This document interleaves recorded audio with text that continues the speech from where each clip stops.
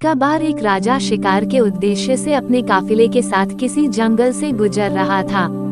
दूर दूर तक शिकार नजर नहीं आ रहा था। वे धीरे धीरे घनघोर जंगल में प्रवेश करते गए। अभी कुछ ही दूर गए थे कि उन्हें कुछ डाकुओं के छिपने की जगह दिखाई दी।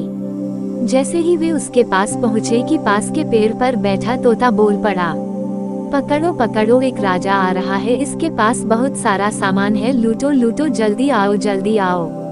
तोते की आवाज सुनकर सभी डाकू राजा की ओर दौड़ पड़े। डाकुओं को अपनी ओर आते देखकर राजा और उसके सैनिक दौड़कर भाग खड़े हुए। भागते भागते कोसों दूर निकल गए। सामने एक बड़ा सा पेड़ दिखाई दिया। कुछ देर सुस्ताने के लिए उस पेड़ के पास चले गए। जैसे ही पेड़ के पास पहुँचे कि उस पेड़ पर बैठा तोता बोल पड़ा, आओ राजन, हमारे साधु महात्मा की कुटी में आपका स्वागत है। अंदर आइए, पानी पीजिए और विश्राम कर लीजिए।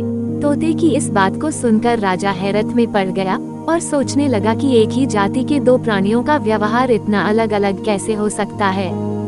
राजा को कुछ समझ नहीं आ रहा था। वो तोते की बात मानकर अंदर साधु की कुटिया की ओर चला गया। साधु महात्मा को प्रणाम कर उनके समीप बैठ गया और अपनी सारी कहानी सुनाई। और फिर धीरे से पूछा, ऋषिवर, इन दोनों तोतों के व्यवहार में आखिर इतना अंतर क्यों है? साधु महात्मा धैर्य से सारी बातें सुनी और बोले, ये कुछ नहीं राजन, बस संगति का असर है। डाकुओं के साथ रहकर तोता भी डाकुओं की तरह व्यवहार करने लगा है और उनकी ही भाषा बोलने लगा है।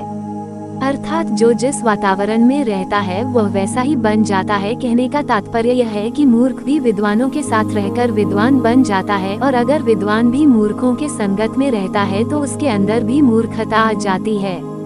इसलिए हमें संगति सोच समझकर करनी चाहिए। फिर मिलेंगे दोस्तों एक नई वीडियो में, तब तक अपना ख्याल रखें और हमेशा खुश रहें।